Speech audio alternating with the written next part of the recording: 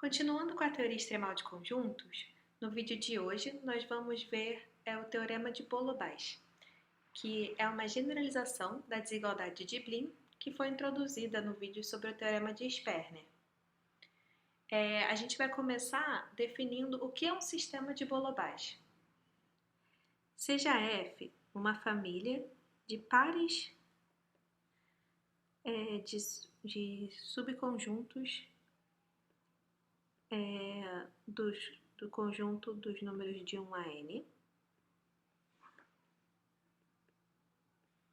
Nós dizemos que F é um sistema de Bolo-Base se a interseção de AI e BJ é vazia se somente C é igual a J. Por exemplo, nós temos que se a gente só tivesse o par 1 e 2, esse par forma uma família, um sistema de Bolo-Base. Qualquer subconjunto dos pares aqui apresentados formam um sistema de Bolo-Base. Então, nós temos sistemas de Bolo-Base de diversos tamanhos, né? 0, 1, 2 e assim em diante. Mas repara que no exemplo que eu dei aqui, os conjuntos estão sempre crescendo. Então, fica como exercício apresentar um sistema de Bolo-Base de forma que todos os AIs têm a mesma cardinalidade e todos os BIs possuem a mesma cardinalidade também. Repara que até no exemplo que eu dei, eu posso fazer esse exemplo sempre crescer, né? Então, uma pergunta natural seria: quão grande um sistema de Bolo-Base pode ser em função das cardinalidades dos AIs e dos BIs? E é justamente isso que o teorema de Bolo-Base vai responder para a gente. Então, o teorema diz que se F é um sistema de Bolo-Base, então a seguinte desigualdade vale. Repara que, na verdade, essa desigualdade não tem nenhuma relação com o conjunto base formado pela união dos AIs e do BIs.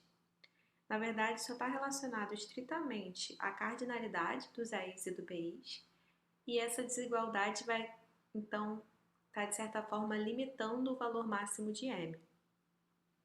E ela é bem parecida com a desigualdade de Blin, que a gente viu no outro vídeo. E a prova desse teorema, ela vai seguir a mesma ideia da prova que a gente apresentou do teorema de Sperner. Então, novamente, a gente vai associar os elementos que a gente está interessado, então nesse caso são os pares de F do sistema de Bolo-Base, a permutações do conjunto dos números de 1 a n, esse conjunto na verdade é o conjunto base. E, novamente, o que a gente está interessado é que a gente vai fazer essa associação de maneira que cada permutação esteja associada a, no máximo, um par de F. Nós vamos associar uma permutação a um par AI-BI da seguinte forma. Dada uma permutação π e um par AI-BI, nós dizemos que π e o par AI-BI é compatível se AI vem antes de BI na ordem da permutação.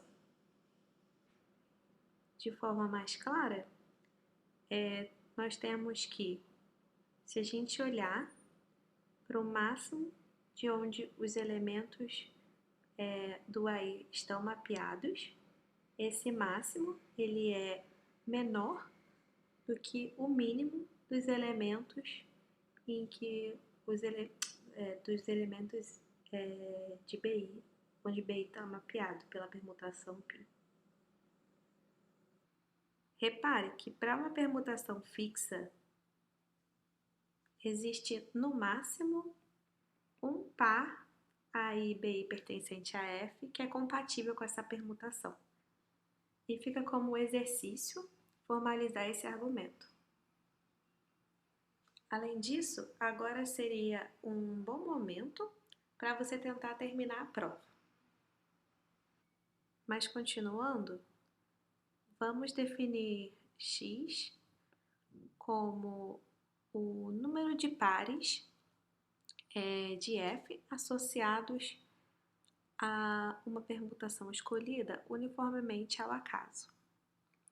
Ou seja, x é igual ao somatório das variáveis indicadoras dos eventos, em que π, a permutação π e o par AI BI, esse par é compatível. E repara que a gente está fazendo exatamente o que a gente fez no Teorema de Sperrer. Aqui a gente vai seguir o mesmo caminho. Agora, calculando a esperança, nós obtemos que 1 é maior ou igual à soma das probabilidades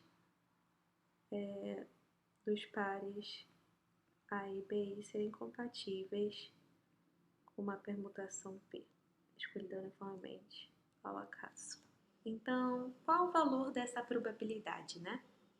Lembrando que essa probabilidade ela é igual ao número de permutações compatíveis com um par A e BI dividido pelo total de todas as permutações. E esse total ele é igual a N fatorial. Então, novamente, a gente tem que descobrir, então, qual é esse número de permutações compatíveis com A e BI. Então, como que a gente cria uma permutação compatível com A e BI? Bom, a gente sabe que os AIs, todos os elementos de AI, têm que vir antes de BI na permutação. Então, uma forma da gente criar permutações compatíveis é da seguinte maneira. Primeiro, a gente reserva cardinalidade de AIs mais cardinalidade de BI elementos nessa permutação para a gente colocar os elementos de AI união BI.